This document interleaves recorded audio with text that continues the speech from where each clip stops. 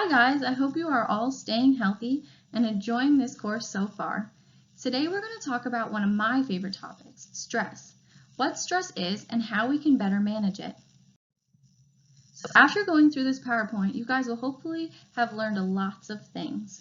So you'll be able to recognize the physical, emotional, and mental effects of stress, connect the concept of resilience to stress management, characterize how eating healthy can improve both physical and emotional well-being, explain the connection between food and mood, recognize different types of physical fitness and the physical and mental benefits of each, identify ways to build exercise into one's routine, and describe the importance of sleep.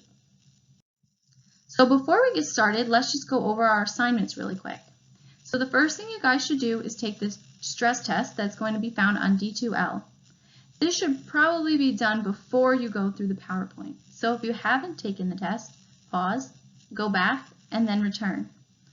After going through this whole presentation, then we'll have a chance to think critically about our own stress, analyze our own stress in the post-PowerPoint reflection. So you're also going to have engagement assignments this week, and again, you will have two choices, but we'll describe this more at the end. So let's get started. What exactly is stress? Well, there are a few different types of stress. The first type of stress is acute stress. This is more short-term. It usually occurs because of an alarming or surprising event. A good example would be you're driving down the road and a deer jumps out in front of your car. In this moment, your heart starts racing, your blood pressure increases, you start breathing heavily, and you become more focused and alert. This is acute stress. This is your body's immediate reaction to handle the stressful situation.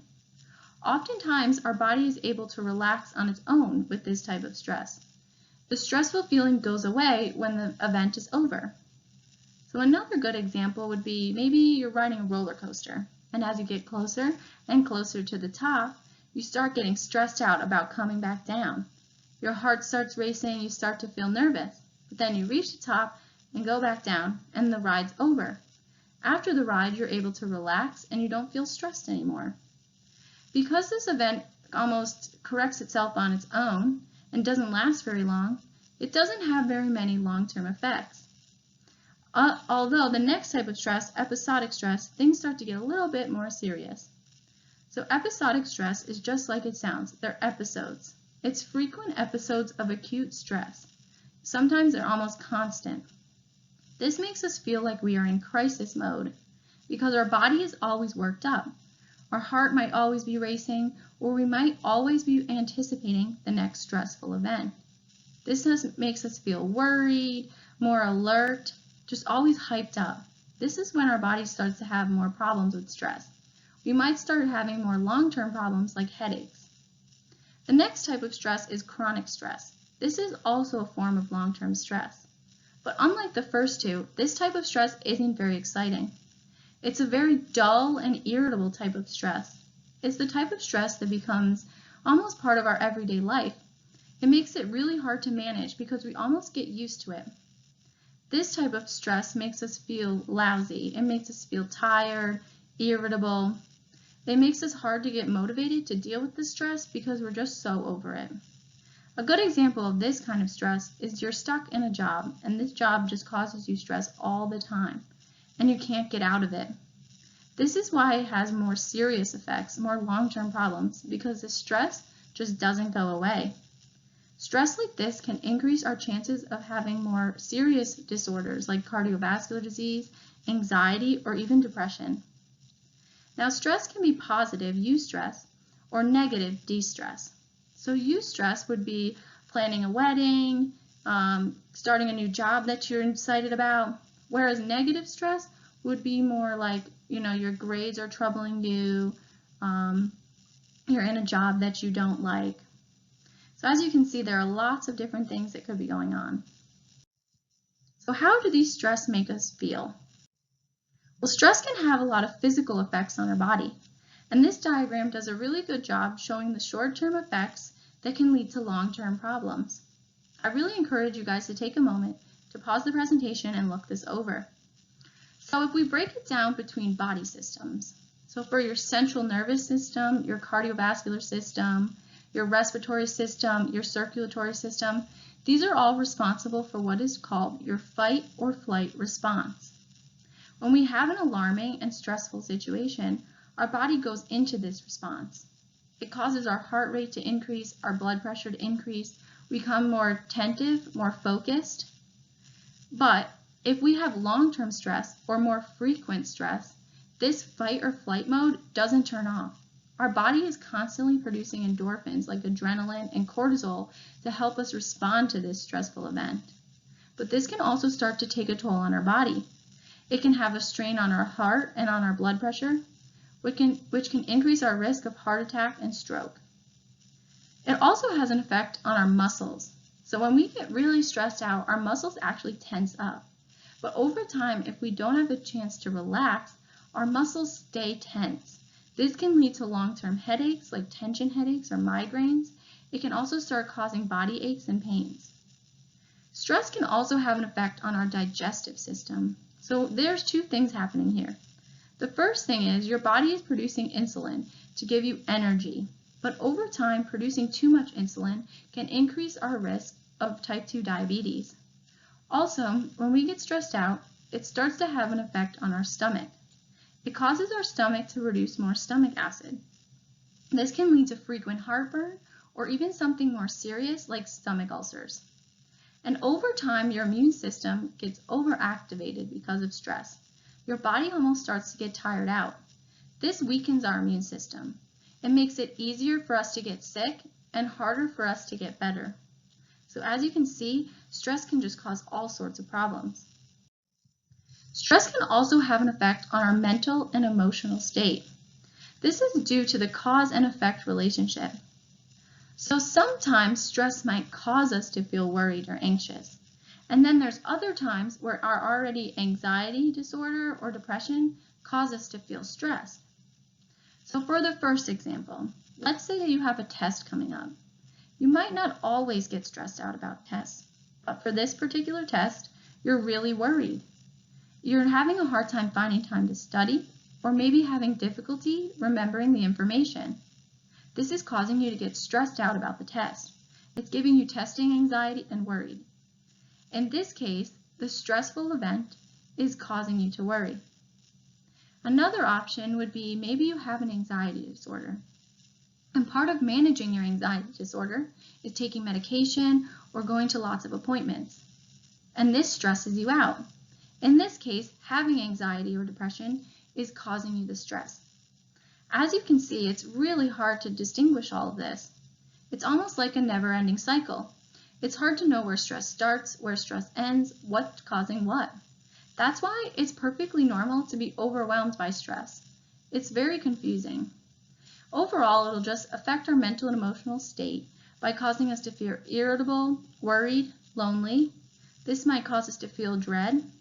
We can also have lots of racing thoughts. It's hard to shut off all the stressful thinking. This can then lead to more chronic stress and more chronic problems like depression. Also, there is important to note that stress can sometimes actually have a positive effect on our mental and emotional state. Let's go back to the example of you driving your car and a deer jumps out in front of you. In this case, you're also more focused, more motivated, more attentive. This causes you to have a good reaction. It causes you to slam on the brakes or move out of the way. In this case, stress is actually helping us mentally. So what exactly causes stress? Well, all the things that cause us to feel stressed are known as stressors. Stressors can be both internal or external. So for external stressors, it could be a major life-changing event, like starting college or planning a wedding. It can be environmental, like a loud noise or a global pandemic. It can be an unpredictable event, like a pop quiz. It can be something that's related to your work or school, like never-ending deadlines. Or it could even be something more social. So maybe you're a little worried about meeting new people, or maybe you get stressed out because you're arguing with your friend. It can also be internal. So this could be a fear. Maybe you have a fear of public speaking, or an uncertain event or something we don't have control. So these are the events that we don't know what's going to happen at the end of, or maybe we have no control over the situation. It can also be beliefs, and these are going to be your expectations, your values, your attitudes towards yourself. So maybe you put high expectation on yourself to get good grades, and this stresses you out. So now I'd like you guys to take a second and pause the presentation. Go back to the stress quiz. Think to yourself, what did I rank the highest? What's causing me stress right now? What causes me stress frequently? Or maybe what causes you stress during school? I want you to think about all this and identify your top 3 stressors. Then get out a piece of paper and a pen and write down these top 3 stressors. You'll need it later on. Alright, so I hope you guys enjoyed analyzing your own stress and thinking about what is causing you the stress. Now we're going to talk about this idea of building resilience, something that I think is very important for all of us to learn how to do. So what is resilience? Well, essentially, building resilience is kind of like building yourself a toolkit of strategies and healthy lifestyles that can help us when life throws us ups and downs.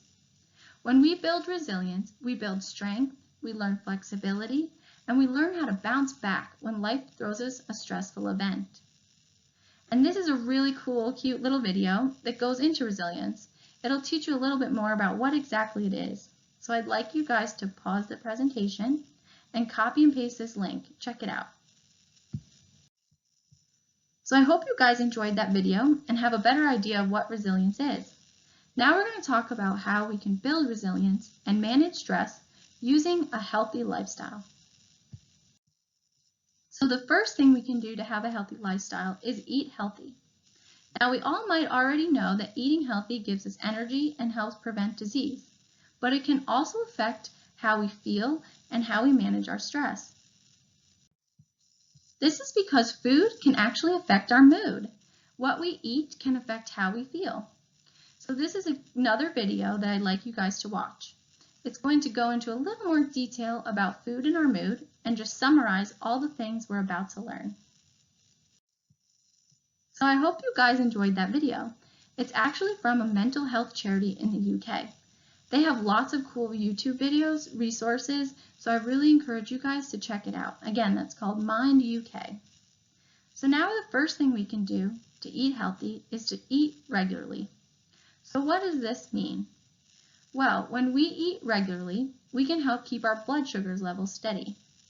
That's because when we digest food, particularly carbohydrates, our body breaks down this food into sugar. It uses this sugar immediately to give us lots of energy or stores the extra sugar in our cells for energy later on. This blood sugar helps us stay awake and helps us feel happy. It keeps us going. But when we start to skip meals, our blood sugar can drop. This will make us feel irritable and tired, make it harder to manage stress. So what can we do to help keep our blood sugar level steady? Well, the first thing we can do is don't skip meals. You're going to want to try to eat 3 smaller meals with maybe some healthy snacks instead of a big lunch or a big dinner. You're also going to want to not skip breakfast because breakfast is going to give us the energy to start our day. The next thing we can do is eat slow energy released foods. So these are going to be complex carbs like pasta, rice, bread, cereal, and even some nuts and seeds. This type of food takes a little longer to digest, so it gives us more energy over a long period of time and keeps our blood sugar steady. You're going to want to avoid foods that make our blood sugar spike, like sugar or soda. These cause us to do, well, a sugar high, and then you crash at the end, which can make you feel really lousy because your blood sugar's just dropped. So you're going to want to try to eat foods that keep our blood sugar steady. So the second thing we can do is stay hydrated. And the most important thing to stay hydrated is to drink at least 6 to 8 cups of water a day. Water is going to keep our body healthy. It's going to help us keep regulated. It's going to prevent our skin from drying out. And when we don't drink enough water, we can get dehydrated, which can make us dizzy, nauseous. This also makes us feel tired and hard to concentrate by giving us brain fog. Hydration can also affect our brain. because believe it or not, our brain is actually made up of 75% water. So the more water we drink, the more water our brain has to work with. This is going to help increase our concentration, help us think more clearly and creatively. Also, water works with our brain to help with the nutrients and removing toxins. When there's a balance between the nutrients coming in and the toxins coming out, this can also help improve our brain performance. It can help us focus and help us learn. So the bottom line is here that water is actually one of the best study tips. It's going to help keep us awake. It's going to help keep us focused. So next time you're studying for an exam, don't grab that cup of coffee. Just drink lots of water. It's going to help us stay ready to go. The next thing is to get your 5 a day. So you probably keep hearing ever since you were a little kid that it's important to eat your fruits and your vegetables. This is true for stress also. So let's just take a quick little reminder. So for fruit, both men and women are going to want to look to try to get 2 cups of fruit a day. This can be a banana at breakfast and an apple at lunch. Now for vegetables, men are going to want to look for 3 cups of vegetables and women about 2.5. This can be chopped, sliced, raw, canned, whatever you guys like. So fruits and vegetables are good for our health because they're packed full of vitamins and nutrients. These vitamins and nutrients are going to lower our blood pressure and lower our cholesterol. So let's think back to the physical effects of stress. Stress is going to increase our blood pressure. Stress is also going to increase our risk of cardiovascular disease and potentially even increase our cholesterol levels. But when we eat fruits and vegetables, we're going to protect ourselves against these negative effects of stress. We're going to lower the risk and help balance things out. It's also going to affect how we feel. Many studies show that people who eat more fruits and vegetables actually feel happier. They actually get more satisfaction out of life. This is going to help us manage our stress by making us feel good. It's also going to help us have less depressive symptoms. So the next thing we can do is make sure that we're getting enough protein. So again, for men, that's about 5.5 ounces, and for women, that's about 6.5 ounces. And 1 ounce can come from an egg or a tablespoon of peanut butter. Now, for any of you guys who have taken a biology class, you already know that proteins are made of amino acids, and amino acids are the building blocks of life. They help with our bones, muscles, hormones, vitamins, and they actually also help with our brain chemicals. So inside our brain, we have chemicals called neurotransmitters. Neurotransmitters send messages to other parts of the brain. They might tell your brain to start producing dopamine or serotonin, which are going to help make us feel happy. The more protein we eat, the more amino acids we have to build these neurotransmitters. That means there's going to be more chances for your brain to receive signals to produce happy chemicals and make you feel good. When we don't get enough protein, it can make us feel sad and less satisfied. So now we need to eat the right fats. So you probably hear a lot about trans fats and saturated fats. That's because these are bad fats. These fats cause plaque buildup in our arteries, make us gain weight, which can increase our risk for obesity or the #1 killer, which is cardiovascular disease. So you're going to want to try and stay away from trans fats. These are in a lot of processed foods or fast foods, like cakes, cookies, fried foods. You're also going to want to stay away from saturated fats. Saturated fats are fats that are solid at room temperature, like butter or the fat on a piece of steak.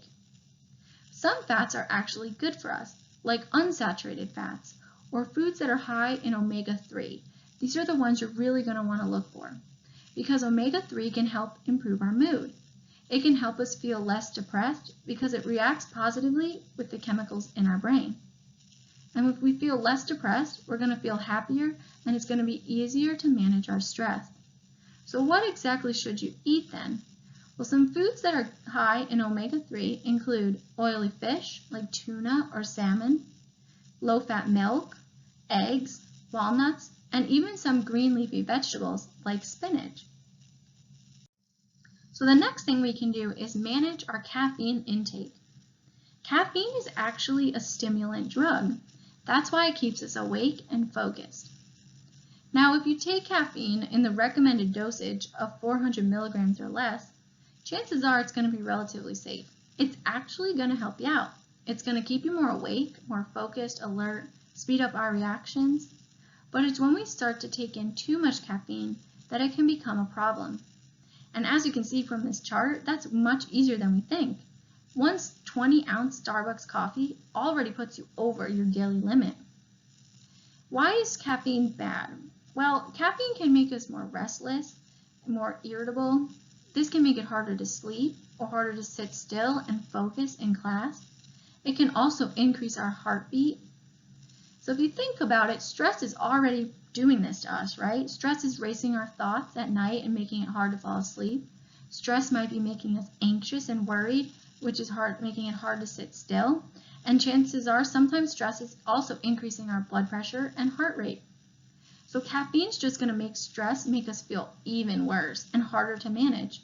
This is why caffeine can actually worsen symptoms of stress and anxiety. Also, caffeine can become addictive. You can start to crave it, look for it to help you stay awake, to help you stay focused. Your body can even develop a tolerance, making it you need more and more just to feel this awake and this alert feeling. Over time, this can also cause withdrawal symptoms if you don't get enough caffeine.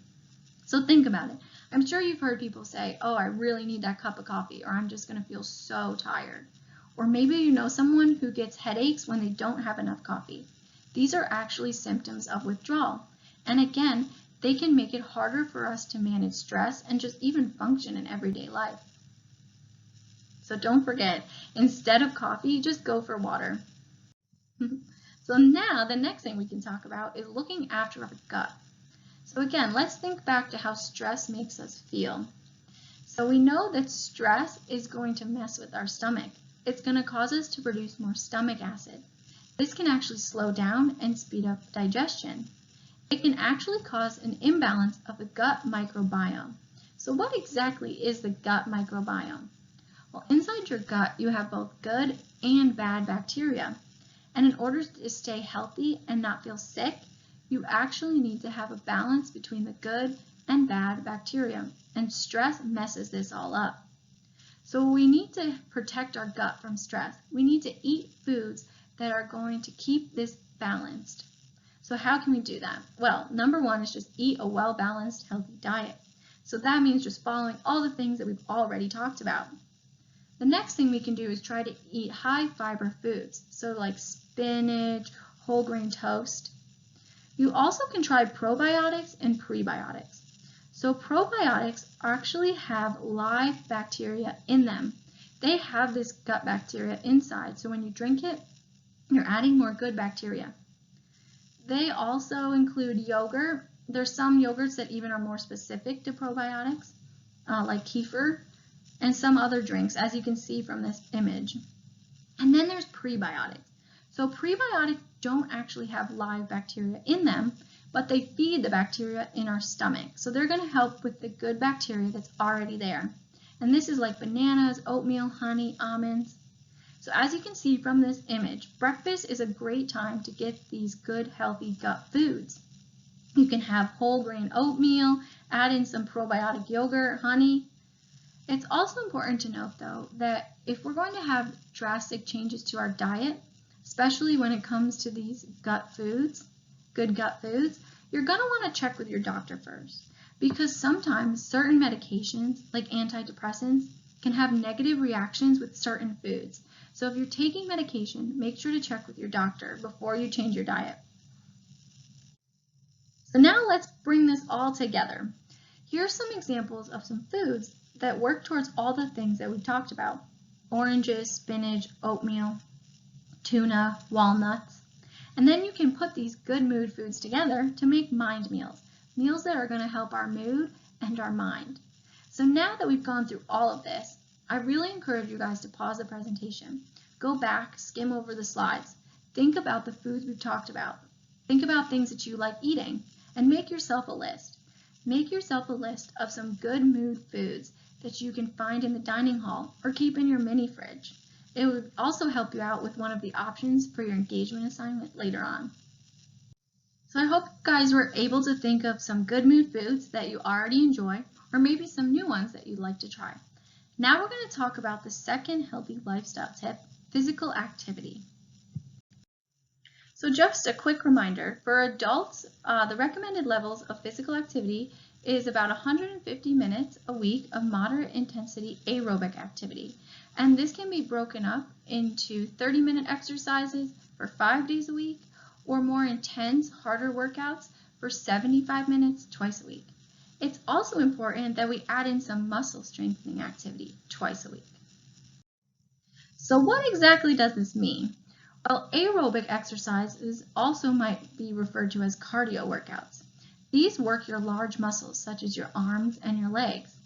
They're going to make you sweat. They're going to increase your heart rate, increase your blood pressure, increase your breathing. They can be light and moderate, which are low intensity. And again, intensity is just how hard your body's working. So low and moderate, low intensity workouts could be a brisk walk, playing tennis, or going for a slow bike ride. Then you can do more vigorous, high intensity workouts like running, hiking up a hill, jumping rope. You're probably thinking to yourself, but how do I tell which one I'm doing? Well, there's a simple test. It's called the talk test. Essentially, it means that the harder you're working, the harder it's going to be to talk. So maybe you're working out with a friend, or you're listening to music and singing out loud. If you're doing a light and moderate exercise, you're going to be able to do this without stopping to take a breath. You're going to be able to get through the whole song or the whole conversation. But as you increase intensity and do more vigorous exercise, it's going to be harder to breathe. It's going to be harder to have those conversations. You're going to have to stop and take a breath before you keep going. And again, this is just something very simple that we can do to think about this. The next thing is muscle strengthening workouts. So these are going to work all your major muscles and give you strength to even help you with more aerobic exercises. So this includes running, lifting weights, jumping rope, yoga. So let's think about this. These types of exercises you might hear people refer to as leg day or arm day. That's because you can actually split the workouts up, do certain muscles on certain days to make it easier. It's also good to do these exercises in repetitions. So that means doing 8 to 12 sit-ups or 8 to 12 push-ups. People also do these types of exercise in sets or in groups. So maybe you do 8 to 12 push-ups, 8 to 12 sit-ups, and lift weights for 5 minutes. Then you repeat this. That's called a set. It's really good to try to do this again twice a week. So why do we need physical activity? Well, physical activity can help us manage our weight. It can keep us at a healthy weight, help us lose weight, which can lower our risk of obesity. It can also help prevent other diseases. So you're getting your heart rate increasing, your blood pumping, helping to get rid of that plaque that might be built up in your arteries. It's a healthy strain on our heart, which can lower our risk of cardiovascular disease. You're also using up that energy that your body's producing with sugar, so you're lowering your risk of type 2 diabetes. And healthy weight, healthy heart, this can also lower our risk of something more serious like cancer. And believe it or not, physical activity can actually help us manage stress and actually helps our mind. Studies show that students who exercise more actually get higher grades. Exercise helps us learn better, helps us stay focused. Also, it can improve our mood. So when you exercise, your body releases endorphins, and these endorphins help make us feel more positive. They help us make us feel good. Also, exercising can also be a way to manage our stress, because sometimes when people exercise, they might concentrate on their breathing, or they might concentrate on the steps that they're taking. This helps shift our attention away from those racing thoughts or stressful events. Also, sometimes when people feel stressed, they feel like they get this negative energy built up inside them. But when they can exercise, they can release this negative energy in a positive way. Exercise also helps us sleep better. It tires us out. And we'll go into more detail later about why sleep is important to managing our stress. But as you can see, if you put all of this together, feeling good, releasing our negativity, that's why the exercising can also help reduce our symptoms of anxiety and depression, which putting this all together will help us manage our stress. So once you get motivated to get exercising, how can we make it easier to keep it part of our busy routine? Well, the first thing you can do is choose something you enjoy. So if you like to go for a walk, then go for a walk. Maybe try something new. And try something more than once, because you won't know if you enjoy it until you've tried it at least twice. The next thing you can do is make sure you're doing something that makes you feel comfortable. So maybe you don't like exercising in front of other people, or maybe right now you're a little worried about going to the gym because you don't want to get sick. That's okay. Do something else that makes you comfortable. Maybe exercise outside or in your dorm room. The next thing is to make sure that we plan a realistic and achievable routine. Exercise is supposed to be fun. It's supposed to be a less stressful event. And you know what? It is hard. So make sure that when you set goals for yourself, they're achievable. You can create new goals, add in more exercise, add in harder exercise, but do it as you become more stronger and more confident. We don't want exercise to stress us out. The next thing is important to listen to your body. So when your body's ready to run that extra mile, run the extra mile. But if you get tired, stop and stretch. Or, try it another day. Don't work yourself too hard. And this is another really cool video that just goes over all this and gives you some more tips on how to build exercise into your routine. So here's a slide really quick that just has some helpful links to being active at college. So you have the fitness center on campus, and this website also gives you some tips on getting active on campus. Off campus, you could join the YMCA or do some things that are a little more social distancing friendly, like going for a walk around campus, checking out some trails, or again, there's actually lots of workouts that you can do right in your dorm room. So now we're going to talk about the final healthy lifestyle tip, sleep. So sleep is very important. It is recommended that adults should try to get 7 to 9 hours of sleep, but the truth is around 60% of adults have trouble falling asleep more than once a week. Stress is the #1 cause of short-term sleep problems, followed by drugs and alcohol. But we need sleep to help our body restore and repair. Sleep helps us prevent disease. It helps our immune system rest so it's ready to fight disease. It helps control hormones and blood sugar, which can be important to our appetite, our energy, and our mood. So let's think about stress. Stress is going to be working our heart and blood vessels, but sleep is going to give us time to repair the damage from stress. Stress is increasing our risks of other diseases like cardiovascular disease, but sleep is going to help us fight this. It's also going to keep our immune system strong, which is being overactivated by stress. So as you can see, sleep is a very important tool to protect us against the physical effects of stress. Sleep can also affect us mentally and emotionally. When we get a good night's rest, we're ready to go the next day. We can concentrate, we can stay awake. Sleep can also affect our emotions. Sometimes when people don't get enough sleep, they might feel irritable, angry. Some people even feel really sad. So when we get enough sleep, it can help us take control of these emotions. It can help us cope. All of this helps reduce symptoms of anxiety and depression. So if you look at this circle here, sleep is kind of like a cycle. So maybe we're feeling stressed or worried, and this stress and worry is causing us to have a hard time falling asleep. So then we wake up the next day and we're tired, and this tiredness makes it hard to concentrate, makes it hard for us to take hold of stress or manage our emotions. So then we start having difficulty coping with everyday life, and over time, this can take our toll on our self-esteem. So all we have to do is break the cycle. We just have to get a good night rest. So if we can get a good night rest, we can have better coping with daily life, and we can increase our self-esteem. So how exactly can we get a better night's sleep? One thing we can do is keep a regular sleep schedule, which I know can be very difficult in college. Your classes are starting at different times, you're staying up late to study or spend time with friends. But it's really important to try to set an alarm, wake up at the same time, and don't go to bed too late, even on the weekends. Also, we want to unplug. So turn off the phone, turn off the computer, stop studying at least an hour before we go to bed. This will give us time to relax and stop stressing out. The next thing we can do is avoid unhealthy habits that keep us up late, like alcohol, caffeine, and nicotine. These are all stimulant drugs, so they're going to keep us wide awake. The next thing is get regular exercise, because as we know, exercise can help tire us out.